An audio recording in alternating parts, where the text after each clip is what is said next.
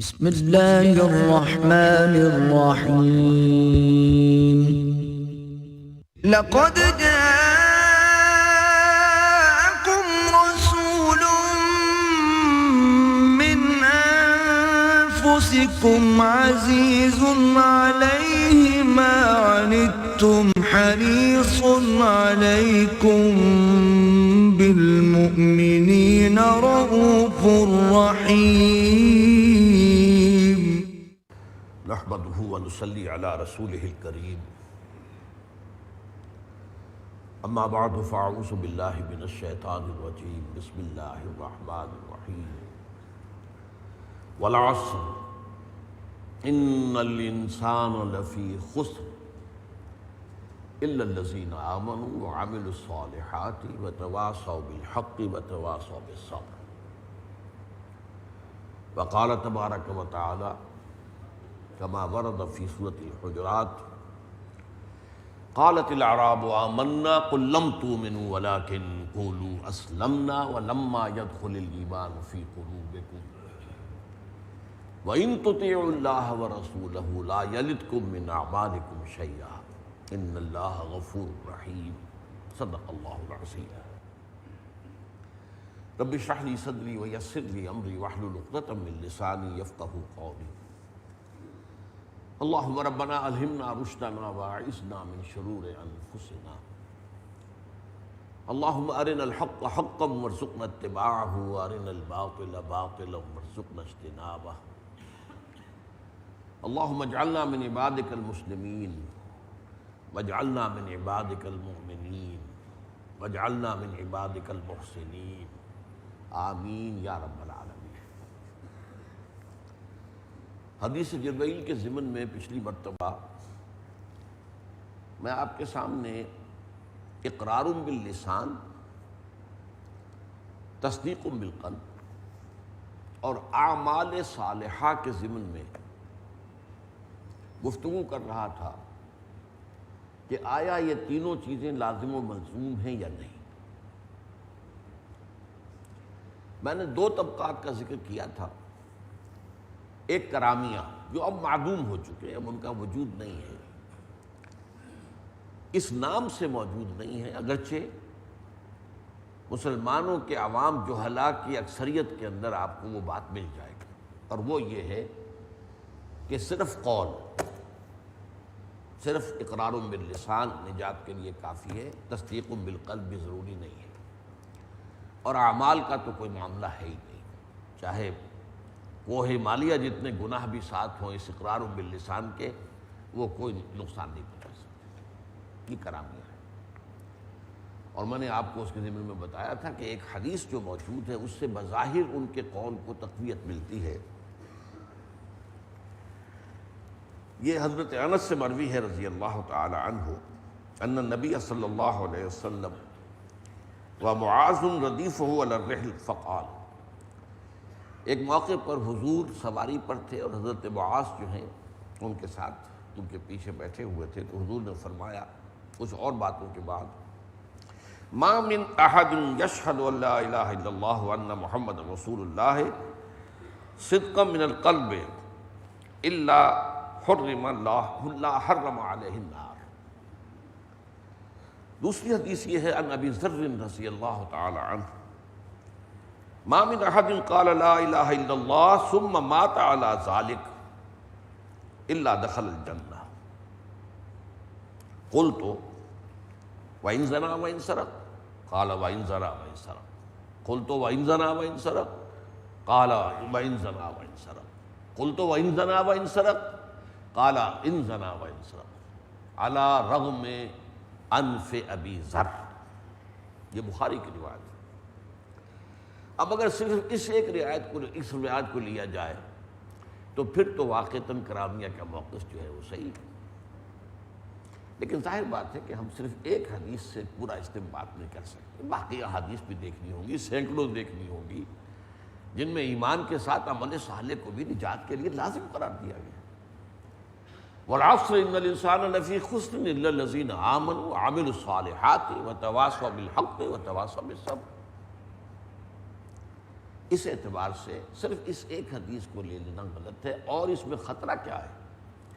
اگر اس حدیث سے استدلال کیا جائے تو ایمان بالرسالت بھی ضروری نہیں، کیونکہ یہاں تو یہ ہے کہ ما من احد قال لا الہ الا اللہ، صرف توحید، رسالت کا اقرار بھی نہیں۔ پھر باقی ایمانیات کتابوں پر، رسولوں پر، انبیاء پر تو بالکل سرے سے زیر بحث نہیں آئیں گے۔ اس لیے اس حدیث کو مبنا یا مدار بنانا اپنی گفتگو کا اور نتائج کا وہ غلط ہے۔ البتہ اس کا مفہوم ایک ہے، اور وہ اس دوسری پہلی حدیث سے واضح ہو جاتا ہے، صدقا من القلب اور شہادت دونوں چیزوں کی، یشہد ان لا الہ الا اللہ وان محمد رسول اللہ، صدقا من القلب، دل کی صداقت اور گہرائی کے ساتھ اگر وہ گواہی دے کہ اللہ کے سوا کوئی معبود نہیں اور محمد اللہ کے رسول ہیں صلی اللہ علیہ وسلم، تو اس پر اللہ تعالیٰ آگ کو حرام کر دے گا۔ اب صدقا من القلب میں قیامت مضمر ہے، جب دل سے بات کرے گا تو عمل بھی تو اس کے مطابق کرے گا۔ اللہ کو مانے گا تو اللہ کا احکام، صدقا من القلب مانے گا تو اللہ کے احکام پر چلے گا۔ رسول کو اگر مانتا ہے صدقا من القلب تو رسول کی پیروی کرے گا۔ لہٰذا وہ حدیث جو ہے وہ علیحدہ ہے، اور یہ جو میں نے بتائی آپ کو حضرت ابو ذر کی، وہ ایسی ہے کہ وہ ہمارے استدلال کی بنیاد نہیں بن سکتی۔ دوسرا طبقہ اشاعرہ کا، جن کے نزدیک اقرار لازم نہیں ہے، صرف دل کی گواہی کافی ہے۔ میں نے مثال دی تھی آل فرعون کے مومن کی، یکتم ایمانہ، جو ایک خاص وقت تک اپنے ایمان کو انہوں نے چھپائے رکھا۔ وہ جب دربار میں ریزولوشن پیش کیا ہے فرعون نے کہ ذرنی اقتل موسیٰ، مجھے اب اجازت دو، پرمٹ بھی دیٹ آئی ایساسینیٹ موزیس، تب وہ کھڑے ہوئے، انہوں نے سمجھا کہ اب یہ کرٹیکل مومنٹ ہے اور اس وقت اپنا حق کا اعلان کرنا چاہیے۔ تو میں بتا چکا ہوں آپ کو کہ قرآن مجید میں کسی بڑے سے بڑے رسول اور کسی بڑے سے بڑے نبی کی تقریر بھی اتنی مفصل نقل نہیں ہوئی ہے جتنی مومن آل فرعون کی۔ ان کا مقام یہ ہے، اور ان کی تقریر نے ایسا سما باندھا کہ فرعون بے بس ہو گیا۔ لیکن اس میں بھی ایک امکان پیش نظر رکھیے، ہو سکتا ہے کہ وہ جو صاحب مومن تھے آل فرعون میں سے، انہوں نے بالعموم تو اپنی بات کو خفیہ رکھا ہو، لیکن حضرت موسیٰ کو ان سیکریسی بتا دیا اور انہیں گواہ بنا لیا ہو، فاشہد بأننا مسلمون، آپ گواہی دیجئے کہ میں مسلمان ہوں۔ یہ ہو سکتا ہے کہ مصلحتاً اعلان عام تو نہ کیا، لیکن حضرت موسیٰ علیہ السلام کو انہوں نے بتا دیا، واللہ اعلم۔ اب اس کے بعد دو طبقے ہمارے ہاں ایسے ہیں، مرجیہ اور احناف۔ احناف سے مراد امام ابو حنیفہ رحمۃ اللہ علیہ اور ان کے پیروکار۔ ان دونوں کے نزدیک ایمان اقرار باللسان اور تصدیق بالقلب دونوں کے مجموعے کا نام ہے، لیکن عمل کا معاملہ علیحدہ ہے۔ علیحدہ کہہ رہا ہوں، ابھی صرف نوٹ کر لیجیے، وہ ایک ڈیفرنٹ کیٹیگری ہے، اس کا تعلق ایمان سے نہیں ہے۔ اب اس میں پھر مرجیہ کہتے ہیں کہ عمل کا نجات سے سرے سے تعلق نہیں، گویا کہ کرامیہ کے پاس پہنچ گئے ہو، بلکہ صرف تصدیق اور جو اقرار موجود ہو۔ میں پھر عرض کروں گا کہ چاہے اس نام سے آج ہمارے ہاں کوئی فرقہ موجود نہیں ہے، کوئی مسلک نہیں ہے کہ جو اس کا اعلان کرتا ہو، لیکن اگر آپ امت کی اکثریت کا تجزیہ کریں گے تو معلوم ہوگا کہ وہ اسی پر عمل کر رہا ہے۔ اعمال اچھے ہو جائے تو اچھی بات ہے، ورنہ اعمال پر دار و مدار نہیں ہے۔ امام ابو حنیفہ، ان کے شاگرد اور ان کا جو پورا سلسلہ ہے، پوری دنیا کے اندر جو احناف بہت بڑی تعداد میں ہیں، حنفی مسلک کے لوگ، ان کا موقف بھی یہ ہے کہ ایمان نام ہے تصدیق اور اقرار کا، بس عمل اس کا حصہ نہیں ہے۔ عمل ایک جداگانہ کیٹیگری ہے، البتہ نجات کے ساتھ اس کا ایک تعلق ہے۔ یہاں نوٹ کر لیجئے، کرامی اس سے مرجیہ سے جو فرق بنیادی واقع ہو گیا، وہ تعلق کیا ہے؟ اگر تو ایمان بھی دل میں تھا، تصدیق بھی تھی، اقرار بھی تھا دنیا میں، اور اعمال کا بھی جب وزن کیا گیا تو اس کے اندر نیکیوں کا پلڑا بھاری نکلا گناہوں سے، تو سیدھا جنت میں جائے گا۔ لیکن اگر تصدیق تو تھی اور اقرار بھی تھا، اعمال میں گناہوں کا پلڑا بھاری ہوا تو وہ جہنم میں جائے گا، لیکن اپنے گناہوں کے بقدر سزا پا کر وہاں سے نکال لیا جائے گا ایمان کی بنیاد پر، جو ایمان اس کے دل میں تھا، اور جنت میں داخل کر دیا جائے گا۔ تو عمل کا تعلق تو ہوا، لیکن اس میں یہ ہے کہ وہ بات نہیں ہے جو اب آگے میں بیان کر رہا ہوں، جو گروہ ہیں ان کا تعلق ہے۔ اس کے بعد یہ آتے ہیں 4 گروہ ہمارے ہاں ایسے ہیں جن کے نزدیک عمل صالح بھی ایمان کا جز ہے۔ ان میں سب سے نمایاں امام بخاری رحمۃ اللہ علیہ، سید المحدثین، جیسے امام ابو حنیفہ سید الفقہاء ہیں، ان کے ساتھ ہی امام مالک بھی ہیں، امام شافعی بھی ہیں، امام احمد بن حنبل بھی ہیں۔ گویا کہ ائمہ 4 میں سے بھی 3 جو ہے وہ اس رائے کے قائل ہیں کہ ایمان کا جزو ہے عمل صالح۔ اس کے علاوہ اس میں معتزلہ ہیں اور شیعہ ہیں، اور آخری درجے میں خوارج ہیں۔ البتہ اب ان میں سمجھیے ان میں فرق کیا ہے۔ خوارج کہتے ہیں کہ ایمان گناہ کی بنیاد پر، خاص طور پر گناہ کبیرہ سے انسان ایمان اسلام دونوں سے نکل گیا، مرتد قرار پایا، واجب القتل۔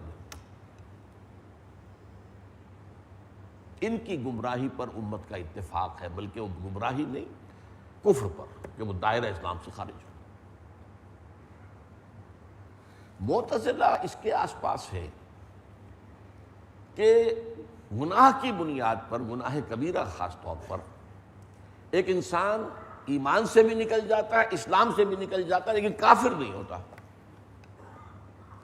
لہذا وہ مرتد نہیں شمار ہوگا، وہ واجب القتل نہیں ہوگا، مباح الدم نہیں ہوگا، مباح المال نہیں ہوگا۔ اب اس پہ سوال پیدا ہوتا ہے کہ جب ایمان سے بھی نکل گئے، اسلام سے بھی نکل گئے، تو پھر کہاں ہے وہ؟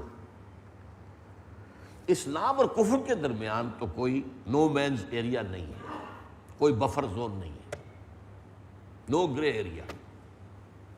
کفر اسلام اس کی تو سرحدیں ملی ہوئی، یا ادھر یا ادھر۔ تو اس اعتبار سے معتزلہ کا موقف جو ہے مبہم بھی ہے، غیر معقول بھی ہے، غیر منطقی بھی ہے۔ البتہ امام المحدثین اور ائمہ ثلاثہ، ان کا جو موقف ہے وہ یہ ہے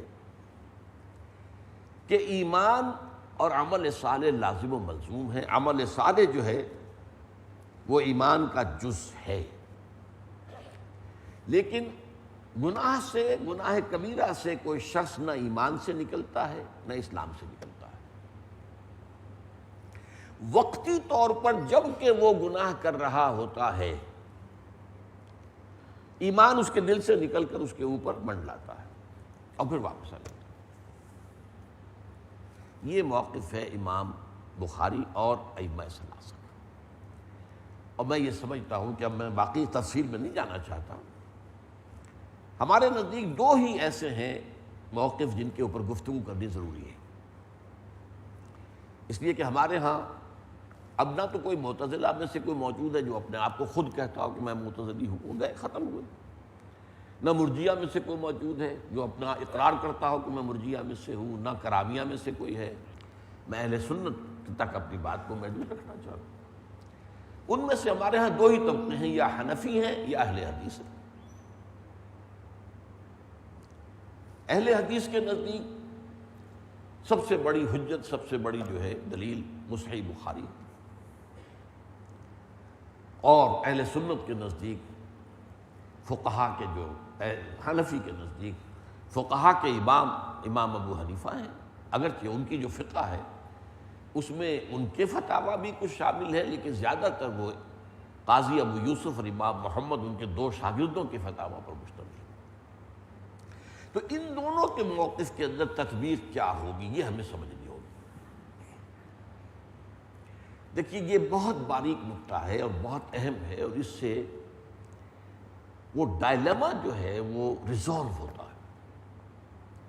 کیونکہ اگر ذرا تجزیہ کیا جائے تو امام ابو حنیفہ جب کہتے ہیں کہ ایمان جو ہے تصدیق اور شہادت یا اقرار کا نام ہے، اب تجزیہ کیجئے، دنیا میں تصدیق کو تو ویریفائی کیا ہی نہیں جا سکتا، لہذا دنیا کی حد تک ایمان گویا کہ اس موقف کے وجہ سے صرف اقرار پر مبنی ہے۔ اور امام ابو حنیفہ کا موقف جو ہے یہ بہت واضح ہے کہ گناہ کبیرہ سے بھی کوئی شخص کافر نہیں ہوتا، اسلام سے نکلتا ہے نہ ایمان سے نکلتا ہے، وہ مسلمان ہی رہتا ہے۔ اور یہ ایمان جو ہے ان کے نزدیک جہاں تک تو اسینشل ایمان کا تعلق ہے، تصدیق، نفس تصدیق، وہ تو برقرار رہتی ہے جامد حیثیت میں، نہ اس میں اضافہ ہوتا ہے نہ کمی ہوتی ہے، لیکن اپنی ایمان میں جو حدت اور شدت ہے اس میں کمی یا بیشی ہو سکتی ہے۔ چنانچہ امام ابو حنیفہ کے موقف کو عام طور پر بیان کیا جاتا ہے ان الفاظ میں کہ الایمان قول لا یزید ولا ینقص، ایمان تو قول کا نام ہے، وہ نہ گھٹتا ہے نہ بڑھتا ہے۔ جبکہ امام بخاری کا موقف کیا ہے؟ الایمان قول و عمل، ایمان قول اور عمل دونوں کے مجموعے کا نام، وہ یزید و ینقص، وہ گھٹتا بھی ہے بڑھتا بھی ہے۔ تو بظاہر احوال اور بظاہر الفاظ یہ دونوں موقف جو ہیں یہ یوں سمجھیے کہ ایک دوسرے کی ضد ہے، کامل ضد، مکمل ضد، ریکنسائلیبل ہے ہی نہیں، لیکن ہے دونوں 100% صحیح۔ آپ حیران ہوں گے دونوں 100% درست کیسے ہو سکتے؟ محل اور مقام جدا ہے۔ امام ابو حنیفہ فقیہ ہیں، وہ ایمان کے قانونی پہلو پر بات کر رہے ہیں، قانونی ایمان جس کی بنیاد پر دنیا میں کوئی شخص مسلمان سمجھا جاتا ہے، وہ میں آپ کو بتا چکا ہوں سورہ نساء کی آیت سے بھی کہ عین اس وقت جب کہ کوئی شخص آپ باہر نکلے ہوں، کوئی شخص اپنے اسلام پہ اقرار کر دے، آپ نہیں کہہ سکتے کہ تو مومن نہیں، دستہ مومن ہے۔ اور جو حضرت اسامہ ابن زید کا واقعہ میں آپ کو سنا چکا ہوں کہ مقابلہ دو بدو ہو رہا ہے، اور کافر جو ہے جب بالکل زیر ہو گیا اس نے سمجھا کہ اب میرے لیے بچاؤ کی کوئی شکل نہیں، اس نے کلمہ شہادت پڑھ لیا۔ حضرت اسامہ نے سمجھا، اور میں سمجھتا ہوں کہ ہم میں سے بھی کوئی ہوتا تو یہی سمجھتا کہ یہ تو صرف اس نے ہیلا کیا، بہانہ کیا جان بچانے کے لیے، لہٰذا اپنی تلوار نہیں روکی، گردن اڑا دی۔ اس کے بعد حضور نے سرزنش فرمائی، اے اسامہ قیامت کے دن کیا کرو گے جب یہ کلمہ شہادت تمہارے خلاف استغاثہ لے کر آئے؟ اس اعتبار سے اور فقہا کے نزدیک اب اعمال میں چوٹی کے اعمال جو ہے نماز، روزہ، حج، زکوٰۃ، اسلام کے ارکان ہیں، ان پر بھی عمل نہ کرنے کی بنیاد پر کوئی کافر نہیں ہوتا۔ ہاں انکار کر دے گا تو کافر ہو جائے گا۔ نماز پڑھتا نہیں ہے، اب اس میں پھر مختلف فقہا کا یہ ہے کہ اس کے ساتھ کیا کیا جائے، کوئی تعزیر کی جائے، اسے تکلیف دی جائے، توبہ پر مجبور کیا جائے، اسے قید کیا جائے، اور یہ کہ ایک بعض لوگوں کا خیر کہ اسے مارا بھی جا سکتا ہے، اس لیے کہ ایک حدیث یہ ہے کہ الفرق بین الاسلام والکفر الصلاۃ، کفر اور اسلام کے درمیان جو تفریق ہوتی ہے، جو لائن ہے، حد فاصلے، وہ نماز ہے۔ اس کی بنا پر کچھ حضرات کی رائے یہ ہے کہ قتل بھی کیا جا سکتا، لیکن وہ بھی تعصیراً مرتد سمجھ کے نہیں، جیسے شادی شدہ زانی کو قتل کیا جائے گا رجم کے ذریعے سے، کیونکہ اسے مرتد تو ہم نہیں مانتے۔ چور کا ہاتھ کاٹا جائے گا تعزیر کے اعتبار سے، سزا کے طور پر۔ تو اس اعتبار سے امام ابو حنیفہ کے نزدیک اور فقہ حنفی، فقہائے احناف کے نزدیک جو ہے معاملہ کیا ہوتا ہے کہ الایمان قول، یہ تجزیے کی بات کر رہا ہوں، ورنہ ان کا قول یہ ہے کہ تصدیق و قول، لیکن تصدیق کی دنیا میں ویریفیکیشن ممکن ہی نہیں ہے، تو لہذا قانونی سطح پر تو ظاہر بات ہے کہ صرف قول رہ گیا، عمل کی بنیاد پر تکفیر نہیں ہوگی۔ بعض اعمال ایسے ہیں جیسے کہ کوئی شرک جلی کر رہا، کسی بت کو سجدہ کر رہا ہے، وہ تو تکفیر ہو جائے گی، لیکن عام طور پر اعمال کی بنیاد پر تکفیر نہیں ہوگی۔ گناہ کبیرہ کا مرتکب بھی کافر نہیں ہے، وہ مسلمان ہی رہتا ہے۔ اور یہ اسلام جو ہے یہ ایک جامد حالت میں ہے، نہ گھٹتا ہے نہ بڑھتا ہے۔ اس کا مطلب کیا ہے کہ اس اسلام کی بنیاد پر یا قانونی ایمان کی بنیاد پر جو دنیا میں ایک شخص کو سٹیٹس حاصل ہوتا ہے، ہی از اے مسلم، یہ لیگل سٹیٹس ہے، کانسٹیٹیوشنل سٹیٹس ہے، اس میں نہ اضافہ ہوگا نہ کمی ہوگی۔ نیک اعمال سے اس کا سٹیٹس اونچا نہیں ہوگا، برے اعمال سے اس کا سٹیٹس نیچا نہیں ہوگا، وہ تو ایک ہی سطح پر رہے گا۔ مسلمان ہے تو اس کے سارے حقوق ہیں، اگر فاسق و فاجر ہے تو اس کے حقوق میں کوئی کمی نہیں ہو جائے گی۔ البتہ وہ اپنے فسق و فجور کی سزا اللہ کے ہاں پائے گا، دنیا میں وہ مسلمان سمجھا جائے گا، اور قانونی اور دستوری سطح پر المسلم کفر لکل مسلم، امام ابو حنیفہ کا قول ہے، بہت اونچا اور بہت اہم قول ہے۔ ہر مسلمان دوسرے مسلمان کے برابر ہے، جس کی ایک مثال سادہ ترین جو میں دیا کرتا ہوں، الحمدللہ کہ اس ایشو پر اللہ تعالیٰ نے آج سے 30-35 سال پہلے مجھے انشراح صدر عطا کر دیا تھا، اس پر میں نے مفصل گفتگویں تقریریں کی ہیں، اور پھر میری کتاب جو ہے میں نے ذکر کیا حقیقت ایمان پر، اس پر گفتگو تفصیل سے ہو چکی ہے۔ دیکھیے مثال کیا ہے، ایک شخص ہے، اس کے 2 بیٹے ہیں، ایک بہت مومن ہے، متقی ہے، تہجد گزار ہے، پابند شریعت ہے، ایک فاسق و فاجر ہے، نماز پڑھتا ہی نہیں، یا پڑھتا تو کٹوا نماز پڑھتا ہے، گردے دار نماز پڑھتا ہے وغیرہ وغیرہ۔ فرض کیجئے کہ وہ کوئی شراب بھی پی لیتا ہے کبھی کبھی، کافر تو نہیں ہو جاتا۔ اب اگر وراثت ہوگی، باپ فوت ہو گیا، تو کیا متقی کو زیادہ حصہ ملے گا اور فاسق و فاجر کو کم ملے گا؟ یہ ایک لیگل سٹیٹس ہے، اٹ ریمینز اسٹیشنری، جامد ہے، اس میں نہ کوئی اضافہ ممکن ہے نہ کوئی کمی ممکن ہے۔ اور اسی سے آج کے دور میں ایک بہت بڑا اہم مسئلہ ہے کہ اسلامی ریاست اگر اللہ کرے قائم ہو جائے، ظاہر بات ہے اس میں حکومت بنانے کے لیے تو الیکشن کا کوئی نہ کوئی طریقہ تو اختیار کرنا پڑے گا، مشاورت۔ اب مشاورت جو ہے خلفاء کے دور میں، خلافت راشدہ کے دور میں یہ تھی کہ قبائلی چونکہ معاشرہ تھا، قبیلوں کے سرداروں نے بیٹھ کر مشورہ کر لیا، بس کافی ہو گئے۔ اب آج تو وہ قبائلی معاشرہ نہیں، تو آخر منتخب کرنا ہوگا کہ اس کا سربراہ جو ہے، خلیفہ وقت جو بھی ہوگا، وہ آسمان سے تو نازل نہیں ہوگا، وہ کوئی نبی تو نہیں ہوگا، رسول تو نہیں ہوگا۔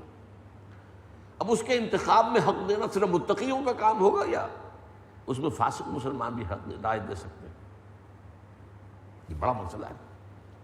لوگوں کے ذہنوں میں شاید یہ ہے کہ مسجدوں میں رجسٹر کھول دیے جائیں گے، 5 وقتہ نماز کی حاضری لی جائے گی، پھر جو ہے وہ دیکھا جائے گا کس کا کیا معاملہ ہے، تب اس کو ووٹ کا۔ یہ تو نہیں ہونے والا۔ لیگل اینڈ کانسٹیٹیوشنل رائٹس میں متقی اور فاسق بالکل برابر۔ اور ہمارے ہاں فزیولوجی میں ایک رول کہلاتا ہے آل اور نن لا۔ کوئی چیز ہوگی تو پوری ہوگی، نہیں ہوگی تو زیرو ہوگی، کبھی نہیں ہوگی، اس میں کبھی بیشی نہیں ہوگی، ہے تو پوری ہے، نہیں ہے تو بالکل نہیں۔ آل اور نن، یہ لا ہے یہاں۔ اسلام ہے تو سارے حقوق ہیں، اور اسلام نہیں ہے تو اب سارے حقوق ختم ہو گئے۔ وہ اسلام کی سند سے باہر نکلا، کافر ہوا، مرتد ہوا، عیسائی ہوا، کچھ اور ہو گیا، اب اس کے مسلمان کی حیثیت سے حقوق ختم ہو گئے۔ اب اس کے نکاح میں کوئی مسلمان خاتون تھی تو نکاح فسخ ہو گیا، وہ اب مسلمان باپ کی وراثت میں سے حصہ پا ہی نہیں سکتا، کم کا سوال نہیں، زیرو۔ یہ ہے اصل میں اہمیت، اور امام ابو حنیفہ کا موقف اس جگہ پر قائم ہے،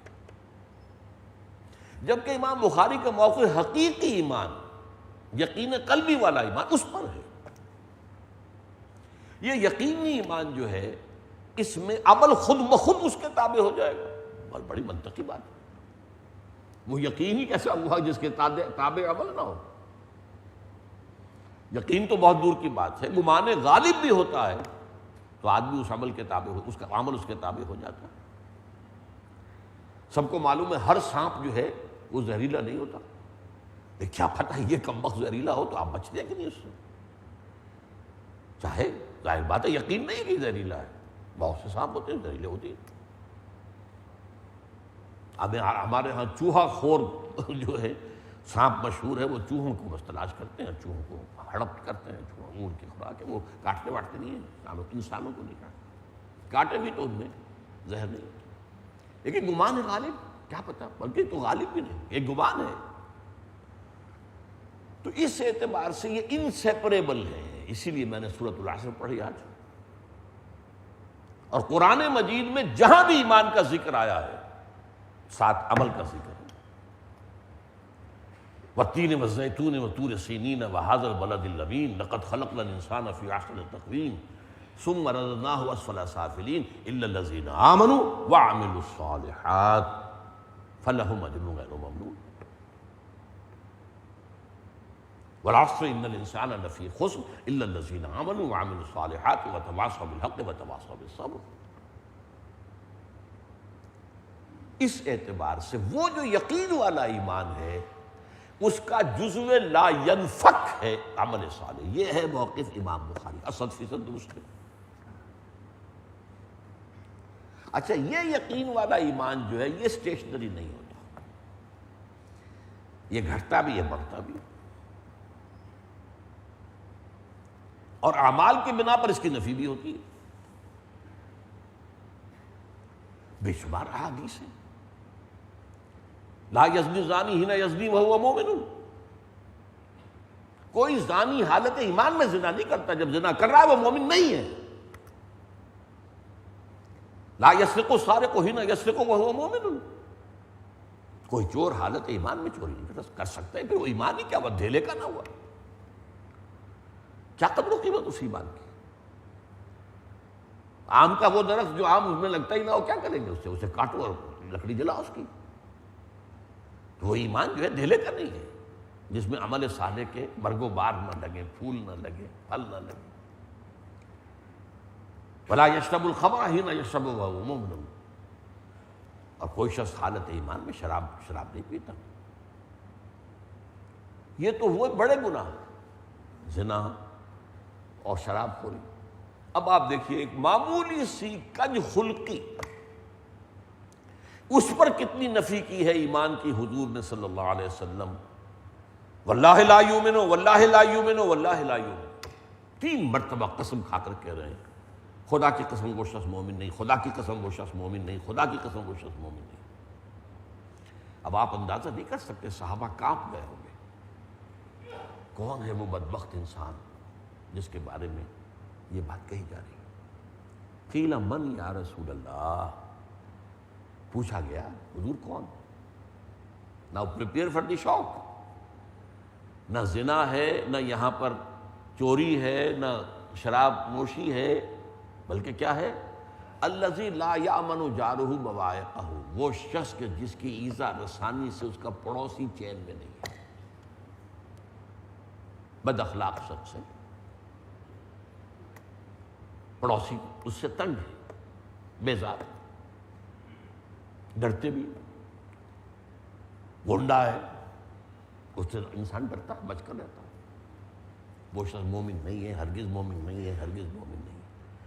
اب ہمارے فقہا جب اس کا ترجمہ کریں گے اس حدیث کا تو لفظ ایڈ کر دیں گے خدا کی قسم اس شخص کا ایمان کامل نہیں ہے، خدا کی قسم اس شخص کا ایمان کامل نہیں ہے. کیونکہ ایمان کی نفی جو ہے امام ابو حنیفہ کے موقف کی نفی ہو جاتی ہے.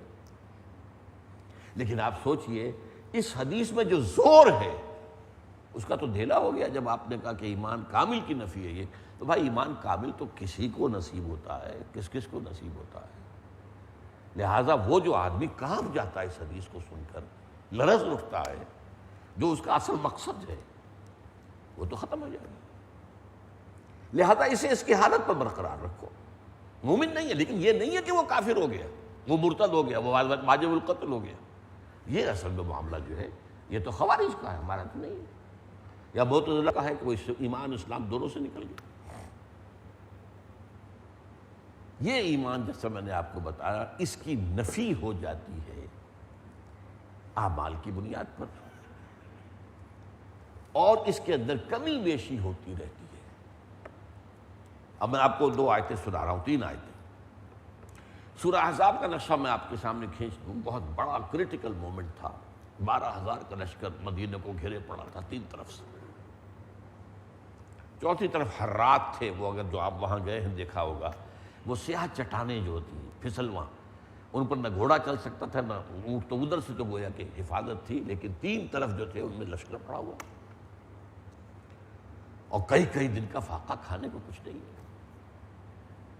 تو یوں سمجھیے کہ ایمان کی آخری درجے میں مسلمانوں کی آزمائش ہو گئی۔ نتیجہ کیا نکلا؟ منافقین کا نفاق ان کی زبانوں پر آ گیا، دلوں سے نکل کر زبانوں پر۔ کیا کہا انہوں نے؟ قرآن میں آیا ہے سورہ احزاب میں، ما وعدنا اللہ ورسولہ الا غرورا، ہمیں تو اللہ اور اس کے رسول نے جھوٹے سبز باغ دکھا کر جھوٹے وعدے کر کے مروا دیا۔ اللہ کے رسول نے تو کہا تھا کہ قیصر و کسریٰ کے خزانے تمہارے قدموں میں ہوں گے، اے سراقہ میں کسریٰ کے کنگن تمہارے ہاتھ میں دیکھ رہا ہوں، اور یہ کیا ہو رہا ہے؟ اب یہ ما وعدنا اللہ ورسولہ الا غرورا، تو جس نفاق کو وہ چھپائے ہوئے زبان پر، اس کے برعکس اسی کیفیت، سچویشن از دی سیم، لیکن ریئیکشن یا رد عمل کس قدر مختلف ہے۔ وَلَمَّا رَأَى الْمُؤْمِنُونَ الْأَحْزَابَ، جب اہل ایمان نے دیکھا ان لشکروں کو چاروں طرف سے گھیر کر پڑے ہیں، قالوا هَذَا مَا وَعَدَنَا اللَّهُ وَرَسُولُهُ، انہوں نے کہا یہی تو ہے جس کا وعدہ کیا تھا ہم سے اللہ اور اس کے رسول نے۔ اب ان کے سامنے وہ آیات تھی جن میں اللہ نے کہا تھا ہم آزمائیں گے تمہیں، وَلَنَبْلُوَنَّكُمْ بِشَيْءٍ مِّنَ الْخَوْفِ وَالْجُوعِ وَنَقْصٍ مِّنَ الْأَمْوَالِ وَالْأَنفُسِ وَالثَّمَرَاتِ، یہ تو مدنی دور کے شروع میں کہہ دیا تھا، تیار ہو جاؤ، کمر کس لو، بڑے بڑے امتحانوں میں سے گزرنا پڑے گا، فقر و فاقہ سے آزمائیں گے تمہیں، جان اور مال کے نقصان سے تمہیں آزمائیں گے، جانیں دینی پڑیں گی۔ وَلَنَبْلُوَنَّكُمْ لازماً آزمائیں گے، بِشَيْءٍ مِّنَ الْخَوْفِ وَالْجُوعِ وَنَقْصٍ مِّنَ الْأَمْوَالِ وَالْأَنفُسِ وَالثَّمَرَاتِ وَبَشِّرِ الصَّابِرِينَ، اور اے نبی بشارت دے دیجئے صبر کرنے والوں۔ تو یہاں اہل ایمان کیا کہہ رہے ہیں؟ لَمَّا رَأَى الْمُؤْمِنُونَ الْأَحْزَابَ قَالُوا هَذَا مَا وَعَدَنَا اللَّهُ وَرَسُولُهُ وَصَدَقَ اللَّهُ وَرَسُولُهُ وَمَا زَادَهُمْ إِلَّا إِيمَانًا وَتَسْلِيمًا، اور اس کیفیت نے نہیں اضافہ کیا ان میں مگر ایمان اور تسلیم کا، ایمان کا اضافہ ہو گیا ان کا۔ اہل ایمان کا ایمان بڑھ گیا ہے، اہل نفاق کا نفاق ان کی زبانوں پر آ گیا۔ آزمائش کا یہ نتیجہ ہوتا ہے، امتحان میں کوئی فیل ہوتا ہے وہ پاس ہوتا ہے۔ عند الامتحان یکرم المرء او یہان، کہاوت ہے، امتحان کے موقع پر یا تو کسی انسان کی عزت کی جاتی ہے یا پھر وہ ذلیل ہو جاتا ہے، ناکام ہو گیا، فیل ہو گیا۔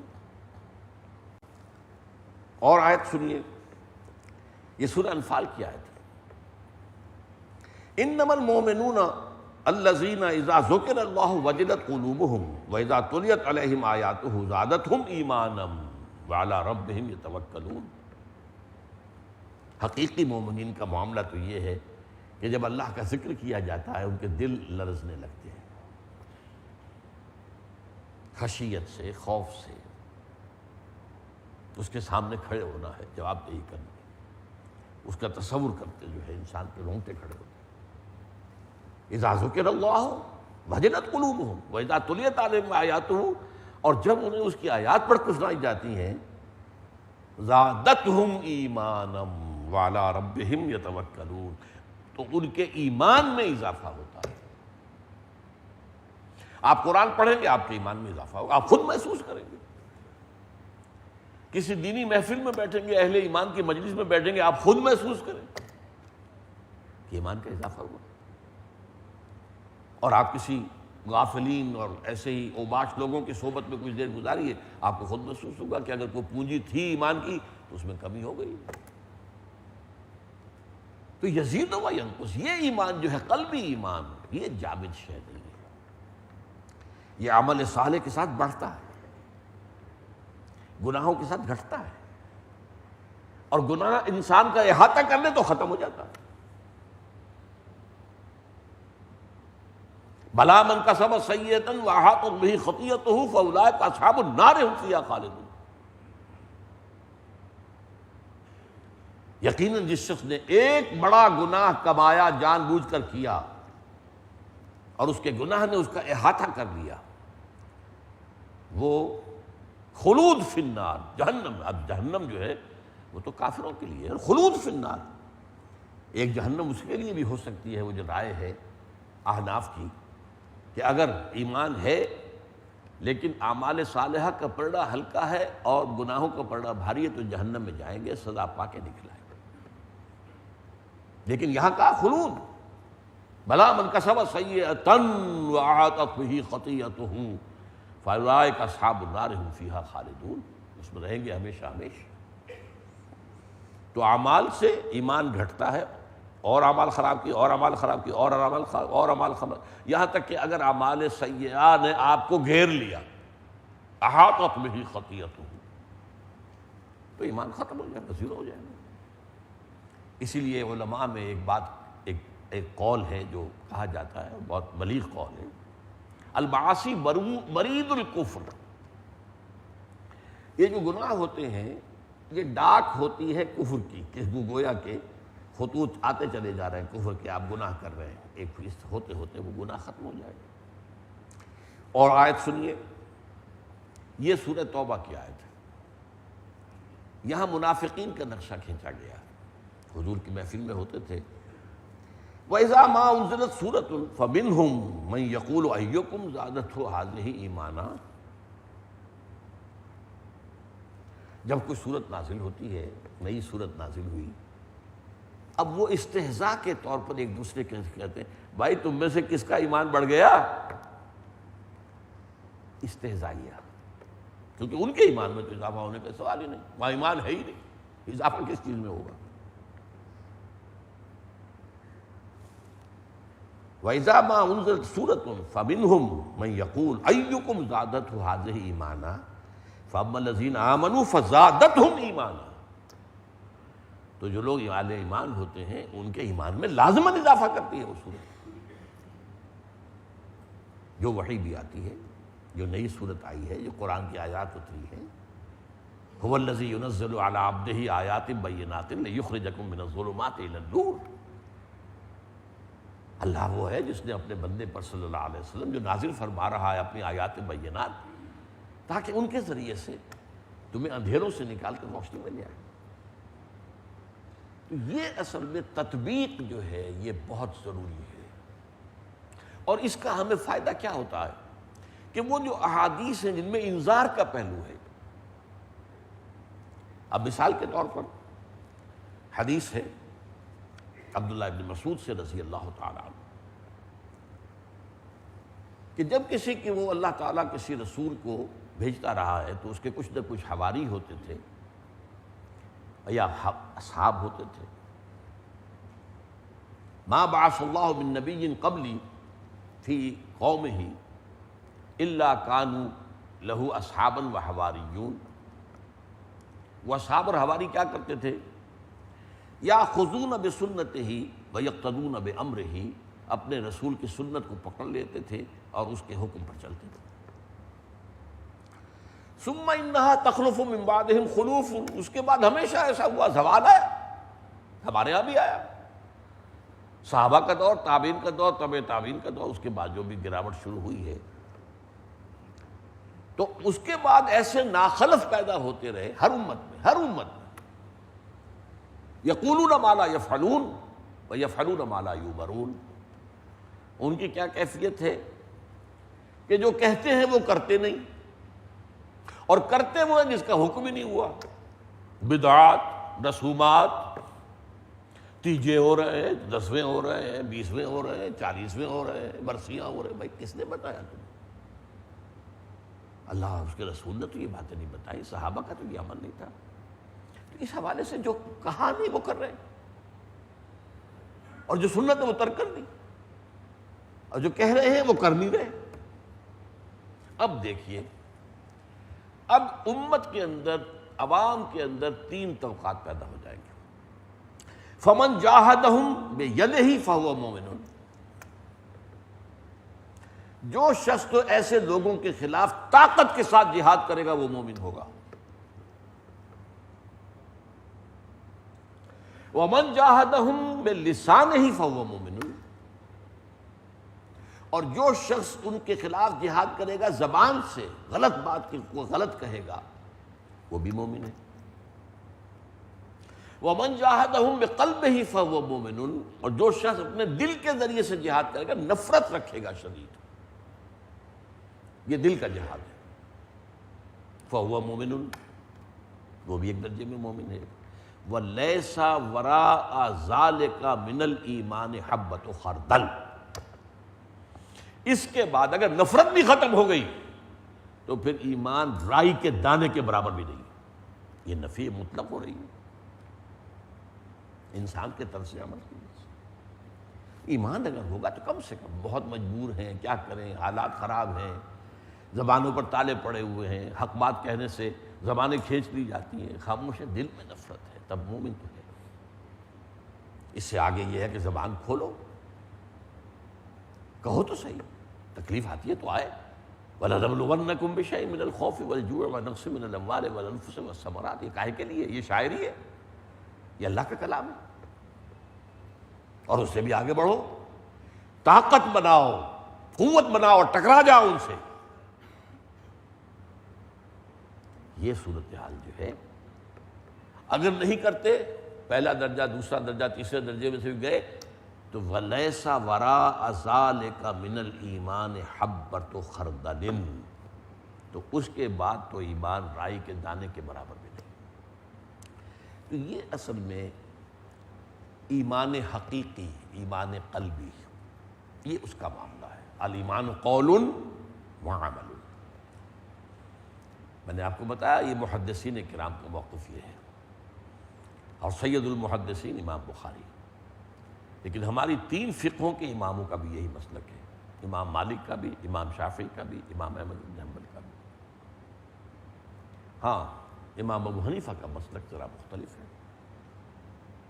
لیکن وہ بھی مرجئہ کے اس پر نہیں ہے کہ عمل سے کوئی تعلق ہی نہیں. عمل ایک علیحدہ کیٹیگری ہے، اور وہ میرے نزدیک 100% درست کہہ رہے ہیں، قانونی ایمان کی بنیاد ہے. کسی شخص کا مسلمان سمجھا جانا جو ہے اس کا تعلق جو ہے وہ اس کے اقرار پر ہے، اور تصدیق بھی لیکن اگرچہ تصدیق کی ہم ویریفیکیشن نہیں کر سکتے. یہ نظری طور پر یہی ہے، تصدیق و قول، لیکن عمل اس کا جز نہیں ہے. یہ اصل میں جیسا کہ میں نے عرض کیا کہ ایک بہت مشکل جو مسئلہ ہے، اور ہمارے ہاں جس پر بڑے مباحث ہیں اور بڑے، اب ظاہر بات ہے آپ کو معلوم ہے یہ 2 مسلک ہیں، حنفی مسلک اور اہل حدیث مسلک. دونوں کی اہمیت ہے اپنی جگہ پر. تو ان کے مابین تطبیق پیدا کر، یہ اصل ہوتا ہے معاملہ. ایک یہ کہ ایک آدمی وہ کسی ایک کنویں کا مینڈک ہے، بس اس سے ادھر ادھر کچھ دیکھنے کو تیاری نہیں ہے. ایک یہ ہے کہ آدمی مطالعہ کرے، سوچے، غور کرے دوسرے مسالک، ان کا موقف کیا ہے، وہ موقف کس بنیاد پر قائم ہے، ان کا استدلال کیا ہے، ان کے دلائل کو بھی سمجھے. کم سے کم علماء کو تو یہ کام کرنا چاہیے، عوام تو نہیں کر سکتے. عوام کو 2 وقت کی روٹی جو ہے وہ اسی مصیبت لانے پڑے ہوئے. وہ تو امام شاہ ولی اللہ دہلوی رحمۃ اللہ علیہ جو ہے ان کا جو کہنا ہے کہ جس معاشرے میں تقسیم دولت کا نظام غلط ہوتا ہے، یہ غلط تقسیم دولت کے نتیجے میں 2 طبقے پیدا ہو جاتے ہیں، ہیوز اور ہیو ناٹس. آج کی اصطلاح میں کہہ رہا ہوں. ایک طرف ارتقاء سے دولت ہو جائے گا، دولت کے انبار لگ جائیں گے. ایک طرف دولت کے انبار ہیں اور ایک طرف فقر ہے، جھگیاں ہیں. بارش آئی تو ان کی قیامت، سردی گرمی آئی تو قیامت. یہ دونوں موجود ہیں. اب نتیجہ کیا نکلتا ہے؟ یہ 2 دھاری تلوار ہے. جدھر پیسے کا ارتکاز ہو گیا وہاں عیاشی ہوگی، بدماشی ہوگی، عللے تللے ہوں گے، دولت کا اظہار ہوگا، نمود و نمائش ہوگی. تو شیطان کے چیلے اس اعتبار سے بن گئے. اور جہاں فقر اور فاقہ ہے وہ ویسے ہی حیوانوں کی سطح پر آ جائیں گے. لدو اونٹ، بار برداری کے جانور. اب ان سے آپ کیا توقع کر سکتے ہیں کہ وہ اللہ سے لو لگائے؟ دنیا نے تیری یاد سے بیگانہ کر دیا، تجھ سے بھی دل فریب ہے غم روزگار کی. یہ جو ہے پیٹ بھرنا ہی ممکن، بھرنا کیا آدھا بھی ممکن نہیں ہوتا. اسی لیے حدیث میں آیا کاد الفقر ان یکون کفرا. یہ فقر جو ہے یہ انسان کو کفر تک لے جاتا ہے. اس اعتبار سے یہ جو ہے مسلکوں کے مابین جمع کرنا، ان کی تطبیق باہم پیدا کرنا، یہ ایک بہت بڑا کام ہے کرنے کا، جو بہت اہم ہے، تاکہ وہ فرقے واریت جو ہے اور اس کے اندر جو شدت ہے، اس کے اندر پھر اس کے نتیجے میں جو تلخی ہے وہ ختم ہو جائے. اللہ تعالی ہمیں اس کی توفیق عطا فرمائے. اقول قولی ھذا واستغفر اللہ لی ولکم ولسائر المسلمین والمسلمات